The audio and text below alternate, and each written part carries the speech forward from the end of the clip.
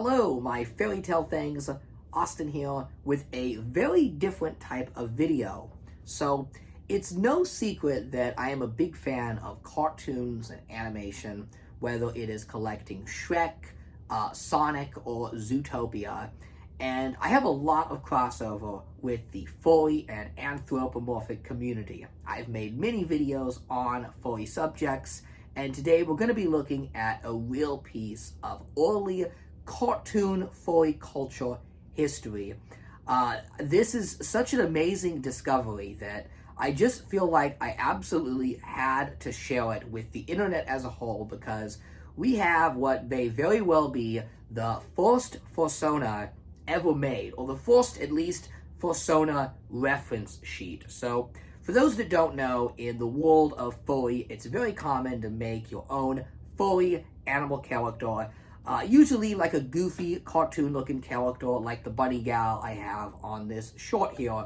When I was a teenager, I always had fun making, honestly, pretty embarrassing Fursonas. I had to do like the blue wolf, of course, and all that furry stuff.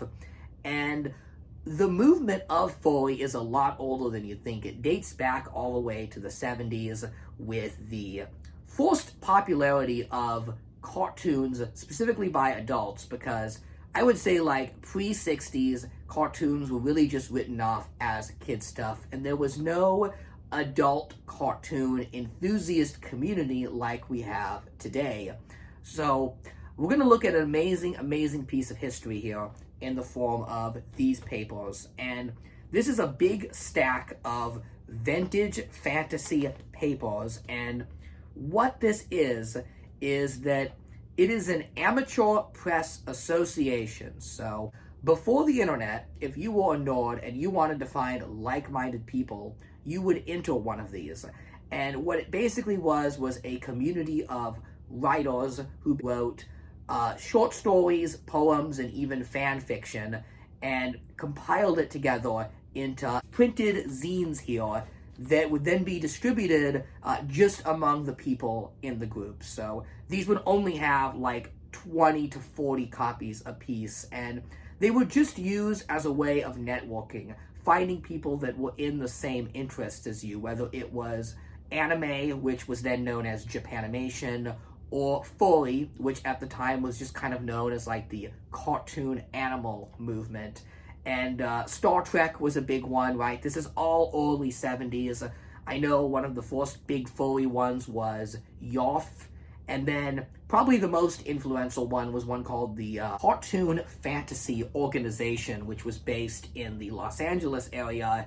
The founders of that one, a guy named Mark Molino and Rod O'Reilly, they're pretty much responsible for modern furry culture. They actually coined the term furry.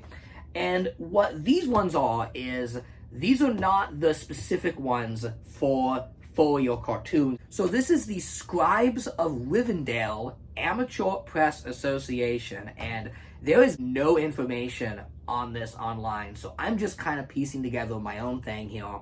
But what this is a collection of fantasy stories compiled by local artists in the Southern California area in the early 1980s. Most of these are just fragmented pieces because it's not a full set here. These are just like random issues, and I was reading through these and they all very interesting, but sadly there's not much to talk about because most of the fragmented pieces are nonsensical without the other parts.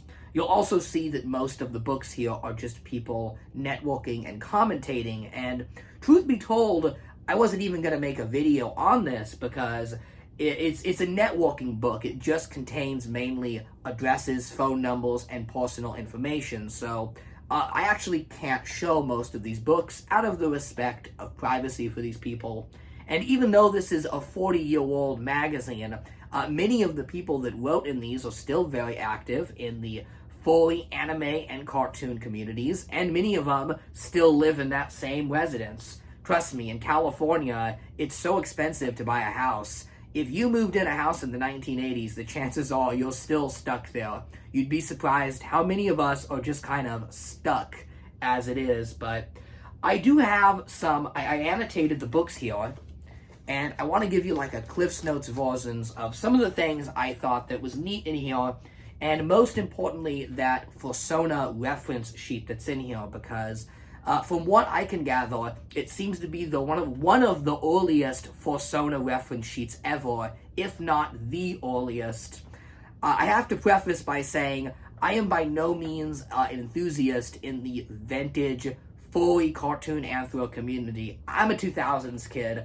I know Shrek, DreamWorks, Zootopia, stuff like that, but I do find this stuff interesting. I'm a big fan of ElfQuest, which was a 1970s fantasy comic by Wendy and Richard Pini, and I got to meet them a couple years ago at Comic-Con, if you remember that very awesome video. It was great. So when these papers, I had an opportunity to buy these, I bought them in the hopes that maybe there would be something ElfQuest in here, or at least something cool and interesting. And because it is the fantasy one, it's the Scribes of Rivendell APA, or Scrappa, as it's called on the front here. It's just called Scrappa. It is just mostly segmented fantasy pieces. Now, the artwork on the cover is pretty bitchin', if I say so myself, and it's a very fun conversation piece just to pick up and look through these, but when it comes to documenting these, there really is sadly not a whole lot to do. Like I said, it's just a lot of people's personal information, messages, and annotations, and I really don't want to share that. However, we are going to look at some of the very cool vintage furry history that has been lost to time in these books, and I bought these in a situation where I felt like I was rescuing them, and I'm so glad I did, because there's some real gems in here. Now, one last thing before we do any digging: if you do want to sort of learn yourself a little on the history of this stuff, I would recommend this book, Furry Nation: The True Story of America's Most Misunderstood Subculture. It tells the tale of furry through several individuals like Mark Molino, the founder, and a few others. And even if you're not into furry and just into animation as a whole, it's a really interesting book, because you would be surprised how much of modern culture is tied intrinsically to this movement. That Amateur Press Association movement we had in the 70s, specifically the LA one, is responsible for so much of modern culture, especially anime. Like, people only discovered this stuff through these small groups. Remember, there's no internet at the time. It's funny how many times in these papers people are just sharing landline numbers to contact each other. It was like a Wild West. It was just a completely different era. So we're going to start off a little out of order here with number 35, because I think this one gives you the best idea of what an APA is. So here we have Scrappa cover, and it says, so this would be the Scribes of Rivendell, and I don't know what the K stands for. I actually couldn't find it, but let's check it out. Now, I have this white piece of paper here, and I'm going to be using this to cover up any personal information in these books. Okay, so moving right along. Okay, so here is the list of people that were contributing to the APA. It says that Rod O'Reilly is the Ed Otter, and his Fursona was an otter, so he's the Ed Otter. Get it? And Rod O'Reilly actually married Mark Molino, and it was the two of them that founded the world of furry.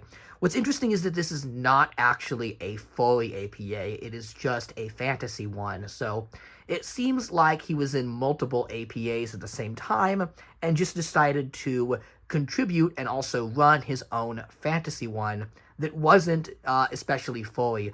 Pre-internet, the fandoms were not quite as territorial as they were now. Things were really mixed together, so what we now see as, you know, anime fans, furries, Disney adults, right, Star Wars fans, they were all just kind of mixed together and seen as the nerds in what was a society that was not quite as accepting of this stuff as it is now.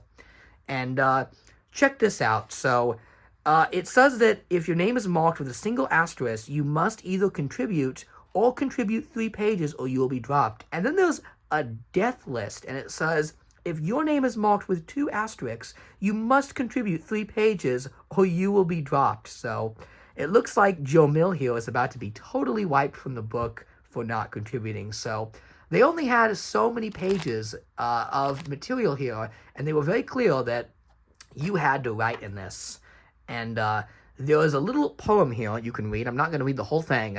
And I will just say that the people who wrote this love their poetry. They just stuffed this thing with poetry. There are more poems than short stories and pieces of books in here because probably it's very easy. So we're going to move on to the next segment I've highlighted. Okay, so here's another poem, right? And the border is very beautiful here, and it says, for those who requested and received the rest... Oh, so this isn't a poem, it's just a note, and it says, if you requested the working manuscript on the Flame of Scotia, as Vogon said, so tell me, how did you like that? So this is what I was saying. So much of this book is just feedback and just fellow fantasy authors responding to each other's works with editing and notes and trying to find publishers for their work. So moving on here, we have the comments section, and this is kind of like an early version of an internet forum. So these are all just people responding to stuff in the previous issue and what they think of it.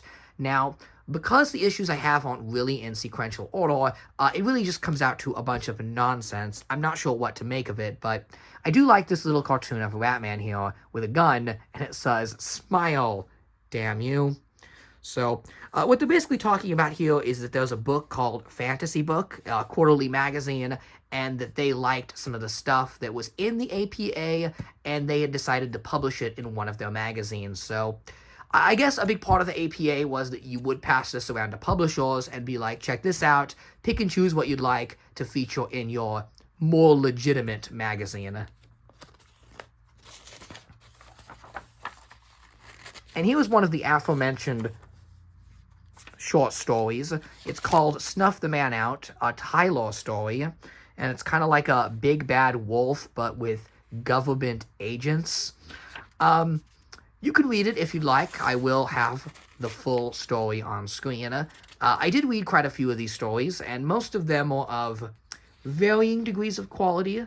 I will say that they were very creative for the time. It was definitely different and subversive, and I'm sure receiving one of these in your mailbox was absolutely amazing because, for one, you were a contributor. So the only people that saw these were the contributors and the book publishers. So if you got one of these, then it means you're in it.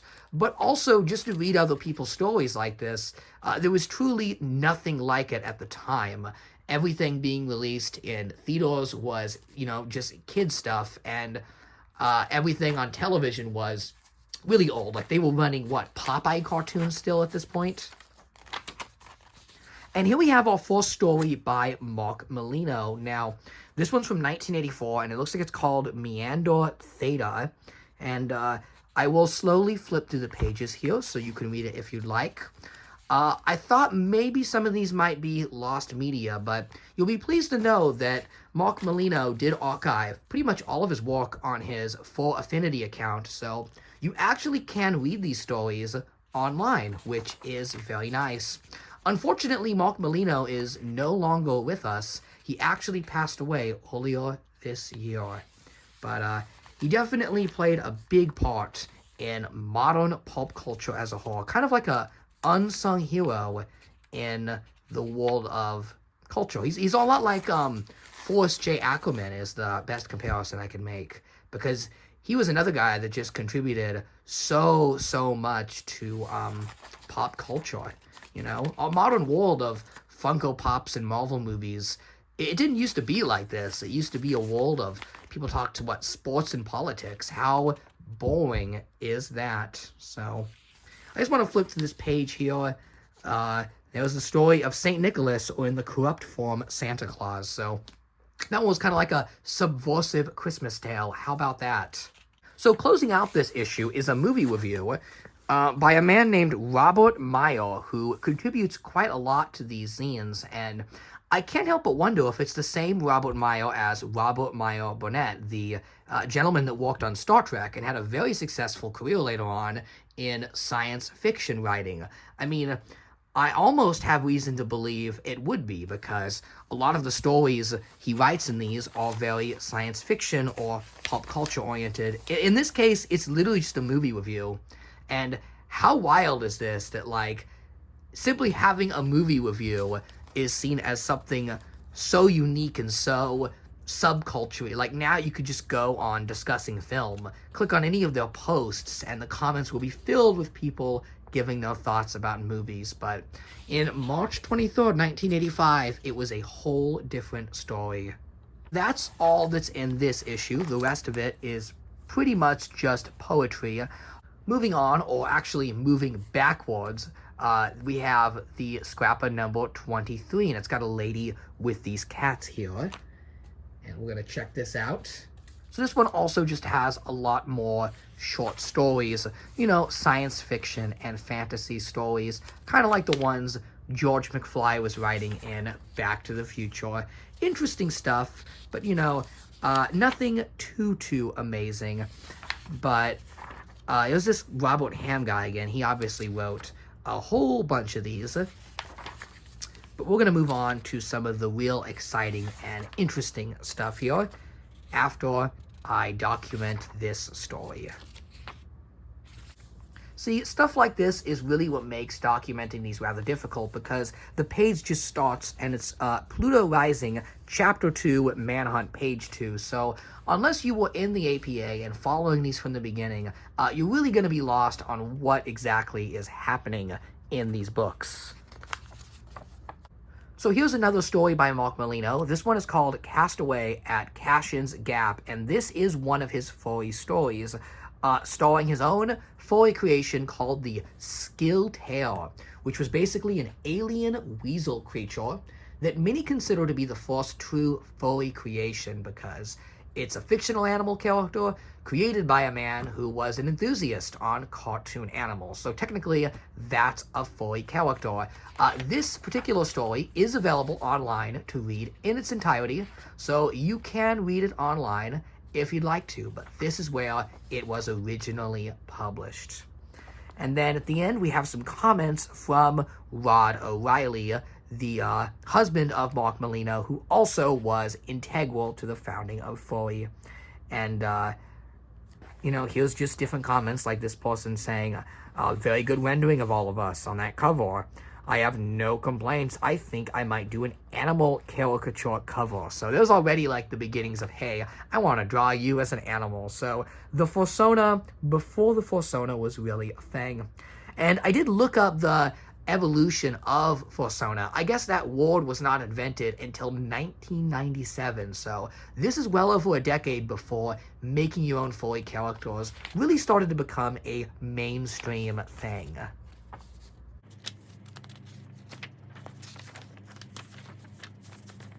And here's some more random pages from a book called Dances from Rod O'Reilly. I don't think it was ever published. I couldn't find much information on it. So here are a few pages of that. Okay, now we're going to be moving on to the next issue. Issue number 24. We have a pretty awesome cover here. And I do like the covers. Probably the best part of these books is the covers themselves, because the artwork is so quintessentially classic fantasy. Very Rankin Bass, very ElfQuest. I do quite like that. And this is another one that is pretty much just full of poems and pieces of random books. But there is some cool stuff. This one's pretty interesting. This guy actually illustrated the, looks like a mission here where his book, Speaker to Heaven, takes place. So how about that? A little bit of visualization. And here is the book, right? Flip through this.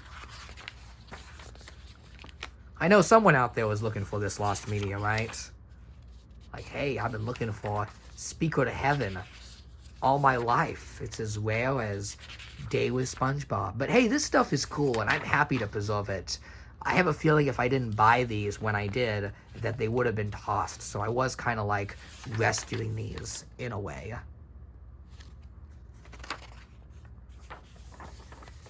And here we have more of Cashin's Gap that Mark Molino Furry story I mentioned, I looked a lot into the skiltaires when researching this, and there's just so much crazy lore about the skiltaire creature. It is absolutely insane. Look at the Wiki4 page, and you will just see all of the massive lore surrounding this character, including the very lengthy mating ritual section where it details that these skiltaires have to mate for over a year. I guess ever since the beginning, the furries have always wanted to get down, right? A year-long mating ritual. Go figure. But they have like these little antennas, and I guess they communicate through those.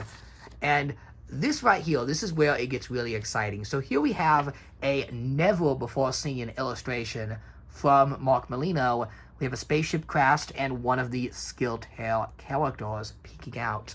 When I initially got this lot of papers, I was a little disappointed at first that it was pretty much just 1970s Filk music and slam poetry and, you know, people's personal information and editing notes, but this right here made me so happy. And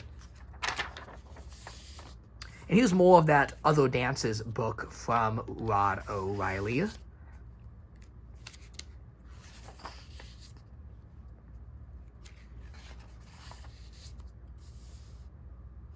And I like that he signs it off as the editor with a little otter face. So I guess technically Rod O'Reilly would be the world's first Fursona because he identified as an otter, but I couldn't seem to find in these books any sort of description or reference of him as a character, not like what we will see in just a little bit here. And to close things off, we have more of the typo storyline.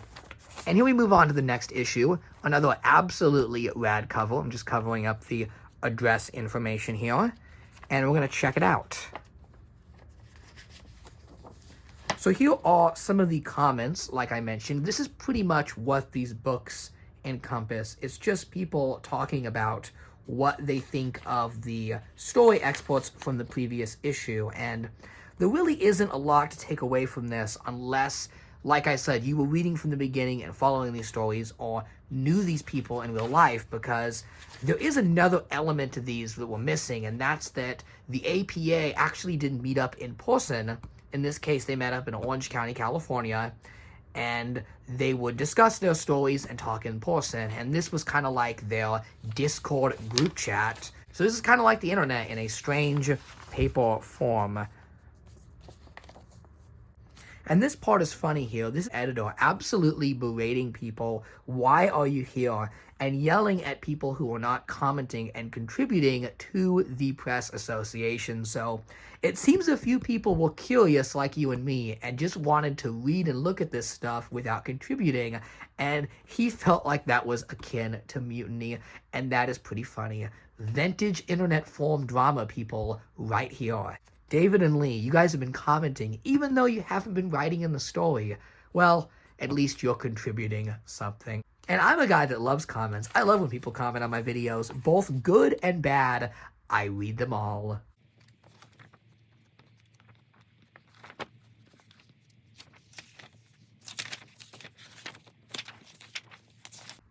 Here was one of those segments where a gentleman is writing that he made it and that he has an agent and now he's making it into the industry. And like I said, that was the purpose of the APA, was to network and connect and hopefully make it big. And I mean, quite a few people did. I mean, Mark Molino here, who I believe is misspelled as Mark Melino. I think it's Mark Melino. He did make it big. I mean, the prancing skiltaire is now a fully icon, as it would be. But, you know, this was just at a time, hence the Amateur and Amateur Press Association. Okay, moving on, we now start to get into the really cool stuff here. So this cover is absolutely kickin'. I really enjoy it. We have what is clearly supposed to be LA Con 2, a very vintage science fiction convention. And we're at the Baskin Robbins, right, because she has the 31 flavors apron on, and there is a plethora of vintage furry getting their ice cream, including what looks like Bilbo from the Rankin Bass Lord of the Rings, a skiltaire, and Figment from Epcot. And this would have been like right at the start of Epcot, because this was 1984 when this came out. And here's another skiltaire with wings. And then there's whatever this large creature here is. And it says copyright Jefferson. And I think that's Swikafor.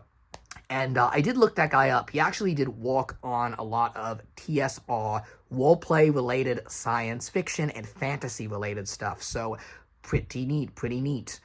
But we're going to go check out some of the awesome stuff that is in this issue.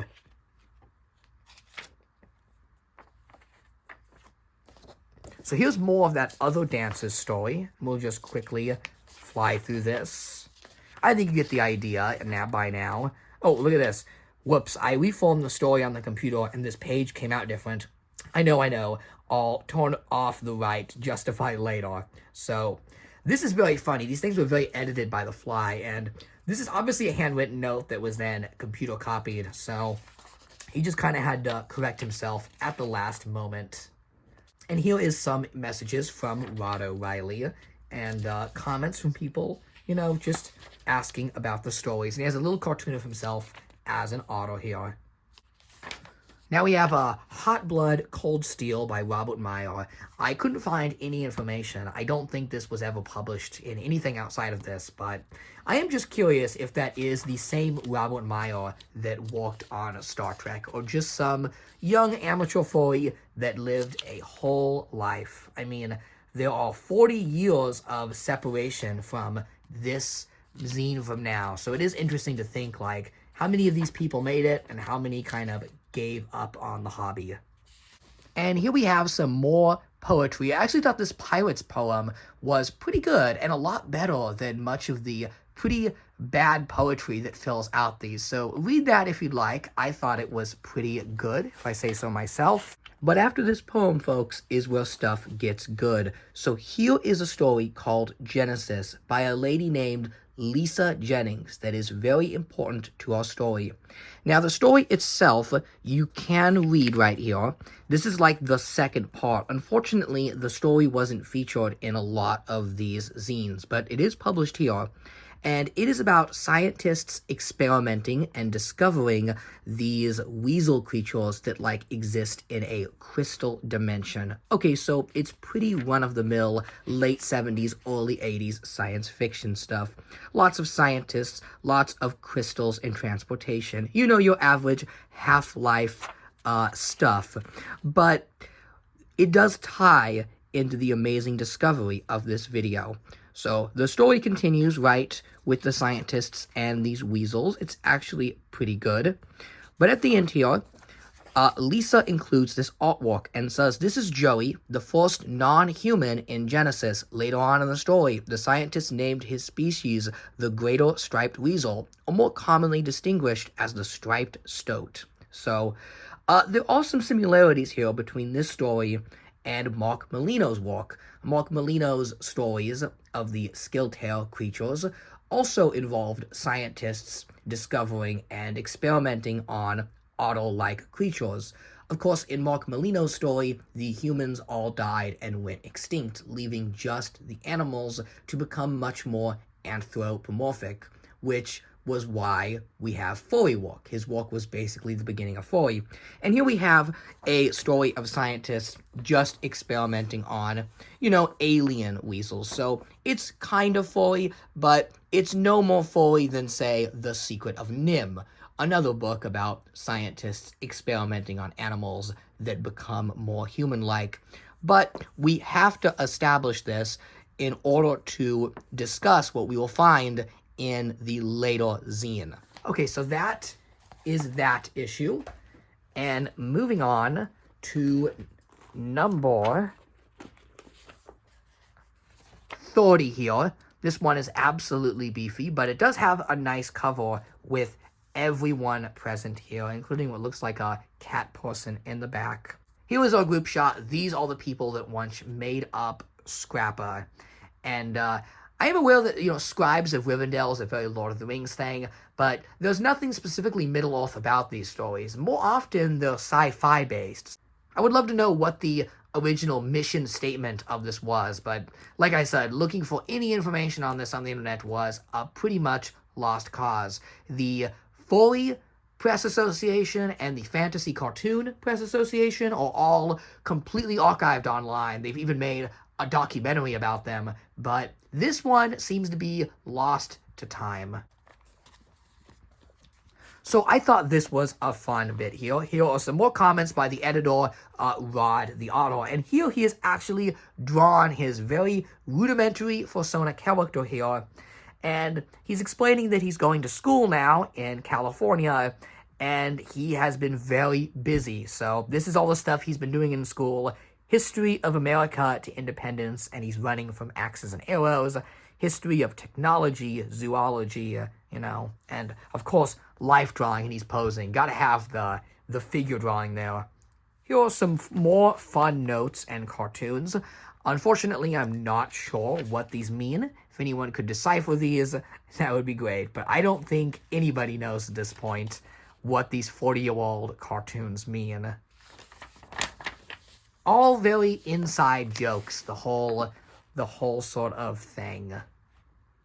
So it looks like Flame of Scotia was actually dropped. So to all the people that were asking where it was in that other issue, tough luck, it's gone. And I would be curious to know how many of these stories published in here actually had endings. I bet it was 1 or 2, or maybe even none of them. But hey, it was a way to get the creative juices flowing, and I can't fault that.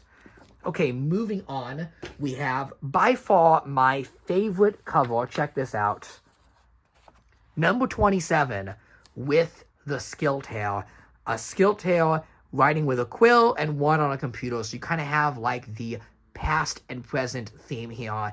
And this is just such a rad cover. When I saw this, my jaw was dropped. I looked at the covers of these before I looked inside of them, so maybe my expectations were a little higher before peeking in them, but I knew by looking at this cover that this wasn't just fantasy, but this was actually early furry work. And when it said 84 at the bottom, I'm like, damn, so this is early furry. And I do think getting this collection was worth it just to look at the cool artwork here. Check that out. All right, let's dig in.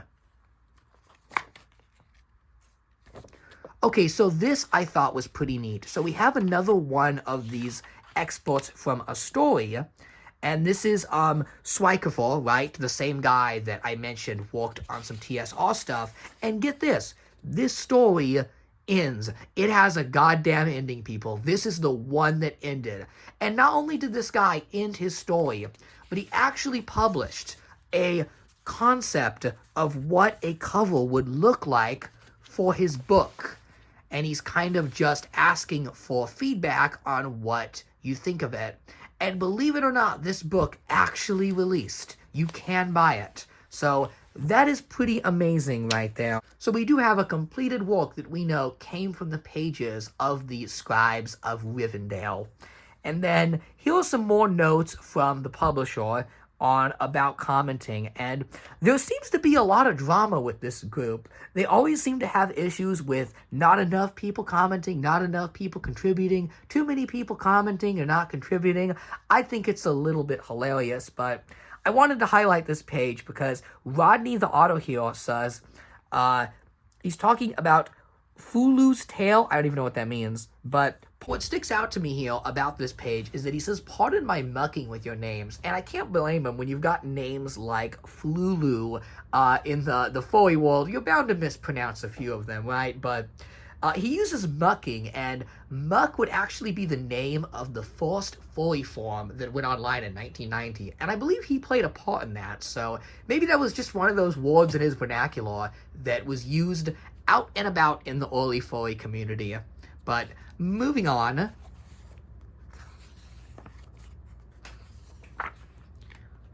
Here is some more of that poetry. I'm not a poem person. I never did well with poems in school, but you let me know if you're a poem person. Does this qualify as a good poem? I actually don't know. And this poem actually will lead way into what you've been waiting for this whole video. And here we are back with Genesis for a very, very short export that only is 1 page. But it doesn't matter because this page contains all we need. Flip it over if you want to read up on Genesis. There you go. And boom, there it is. Now, I already teased you with it at the beginning of the video, but this is the incredible early Fursona I have discovered. And it says here, a skiltaire version of herself by Lisa. Note by Rod O'Reilly. So, Lisa Jennings here, who did the story of Genesis, decided to include a drawing of herself as a skiltaire and include it at the end. What a random thing to tack on to a story.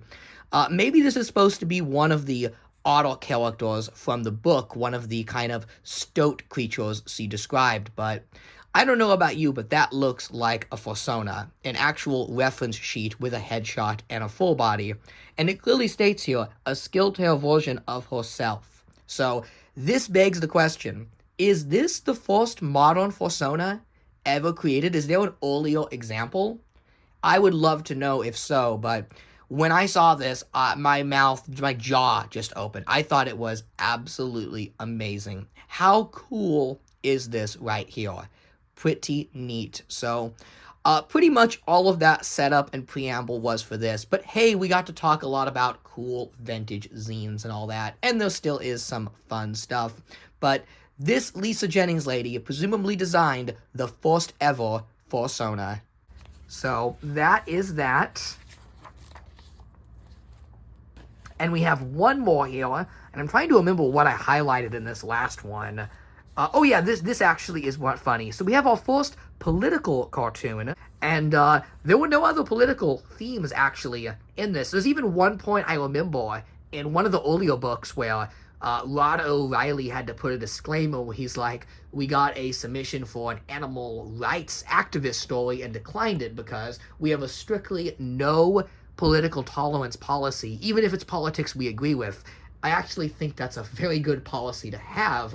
Modern fandom should have a policy like that, but it seems that the policy was eventually broken because we have an anti-Reagan cartoon, and it looks like Reagan is trying to read a book on disarmament, but he can't because he's dreaming of Star Wars escalation. So, for those that don't know, Reagan had a policy in the 1980s called Star Wars, where he was going to have all these satellites up in space in the United States that would destroy Russian missiles that were heading towards the United States, because the idea was we were going to get nuked, and the Star Wars program, named after the movies, was going to stop that. Now, here's something really funny about this cartoon, and I know we're going off on a tangent here, but I think this is neat. Star Wars wasn't real. It was vaporware. It never existed. It was just an idea that Reagan thought of that was basically designed to scare the Russians into disarming. So it is kind of interesting that when this cartoon was made,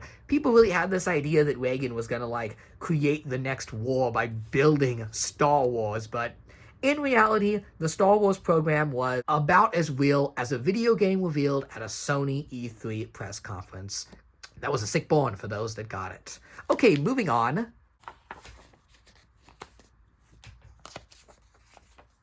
Oh, so this one is interesting. This is called Transmissions, and it's by a guy named Dave Bryant, another author who would actually become well-known in the furry community. And he says the illustrations are all from Wormholes, and believe it or not, this was actually published. So Wormholes was released. It had a very limited run of paperback copies distributed by Yoff, the other press association, the one for furries. So it seems like Yoff decided to poach this guy, and I get the idea that these press associations shared a lot of members, so maybe Yoff looked at this and was like, hey, this is more furry than fantasy, so don't put it in, Scribes of Rivendell, we'll put it under our label. And speaking of which, like, at this point in the APA, have things gone totally off the rails or what? Remember, this was called the Scribes of Rivendell, and the idea was that it would be Middle-earth-inspired fiction, and it just went off the deep end into furries, and I think that's really funny. There was a page I wanted to highlight, and I guess I forgot to put a marker in, but one of the editors points out that, like, the fuzzy animal people are taking over the APA, and boy, is that true. Oh, look, more poems. They really loved their poems, and I don't know if these were supposed to be poems or Filk music. They may have all been Filk music. Either way, there you go. There's this interesting football illustration, because this may be one of the only full illustrations in all of these issues, and I'm not even sure what it really means. Maybe it's a sports-related joke, I don't know. Oh my god, we have more haikus. Could you think of anything naughtier, people? All I think of is that one Spyro level where all the characters are forced to speak in haiku when they're in that world. Okay, so to close things off here, I actually did go back, look through my notes, and remember this page that I said was kind of nonsense. Turns out the reason I marked this during my binge reading of all these was because here's that segment I talked about. This guy named Anatel Noel, and I don't think that's a real name, that's probably a furry name, says, well then, to the degree that you've joined the great fuzzy animal fandom cliché, nice Ilio of the two Savardi playing punctillo for brass by one of the many grabellis and artistically of, among others, Walt Kelly in the cheeks, ears, and squints of Rick Geary. Okay, so I really don't know what this is talking about, but I love the use of the phrase fuzz animal fandom, so way before the word furry was officially coined, ironically enough, by the people who published this. Mark Molino, like I said, he was the one who coined that term. So that was a look into a 1980s press association, or at least as much of a look I could give without doxing people. But I thought it was interesting, a lot of cool vintage artwork in here, and stuff that is totally worth preserving. Now, before we leave, I do just want to talk a little bit more about Lisa Jennings, because I did try to find and reach out to her, and did not have any success. It seems she fell off of social media around 2015, 2016-ish, and that she had been very ill at the time, so out of respect for her health, I'm not even sure if she is still alive, but if she is, out of respect for health and privacy, I'm not going to bother the poor lady. Instead, we're just going to take a moment to appreciate and thank Lisa for her work. Now, believe it or not, Lisa actually did work on a piece of furry media about a decade later, a video game of all things, called The Quest for the Orb, which was listed on her Wiki4 page.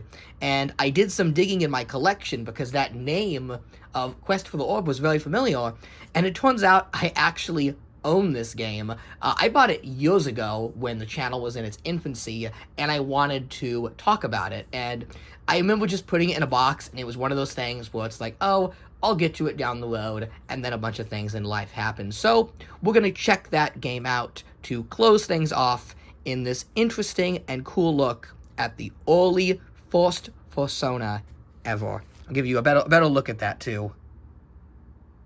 Many years ago, I was going to make a video on this, but I didn't play the game, so I was just kind of like, well, eventually I'll play it, and then I'll kind of do a video and a review. And guess what? Here we are, like, 4 years later, and I still have not played the game, even though it's been remastered, and you can buy it on, like, Steam and the Epic Game Store.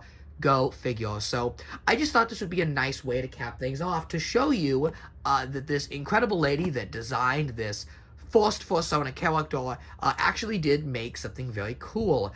She was like a production designer, I believe, on this game, and this is one of those classic big box PC games, so it's a point-and-click adventure game, as many were at the time, and it comes in a very, very nice box, and I bought this just for the box shelf value alone, but inside you will find all sorts of fun ephemera like the old PC games had.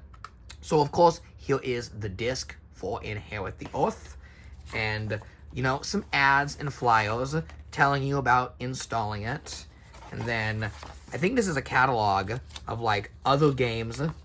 Yeah, Might and Magic, and more Might and Magic, and more Might and Magic. We knew where this company was making its money from, but they did release this Inherit the Earth game, which was a legitimate early example of a piece of furry fiction made by furries taking the mainstream by storm. And the reviews of this game are pretty incredible. Wow, who wouldn't want to play a game like that? I do just want to flip through the manual here because the artwork on it is really amazing. We're just going to check out some of the cool lore of Inherit the Earth, Quest for the Orb, which, kind of a long-winded name there, but I mean, look how amazing this artwork is. Who would not want to play this game? I do love how classic and furry it is. We do kind of need this fantasy aesthetic to come back into the world of furdom, you know? And here we have a look at the game. It's your typical isometric point-and-click game, but with a very furry twist. So yeah, that's Inherit the Earth.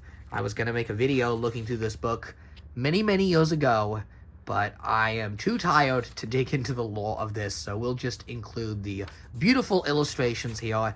And if you want to pause the screen and read all the lore from this 1990s official furry fanfiction, then you can go and do so. But I feel like I had to mention that because someone was going to say in the comments that they looked up this lady and that she worked on this game. And well, I figured since I own it, I might as well at least talk about it. And besides, this box is just sitting collecting dust in my collection when it could be part of this video series. So that's pretty much all I have to say now on the vintage furry papers here and the incredible discovery of the Fursona within them. Wow, how about that? Just a small slice of furry and fantasy cartoon history right there.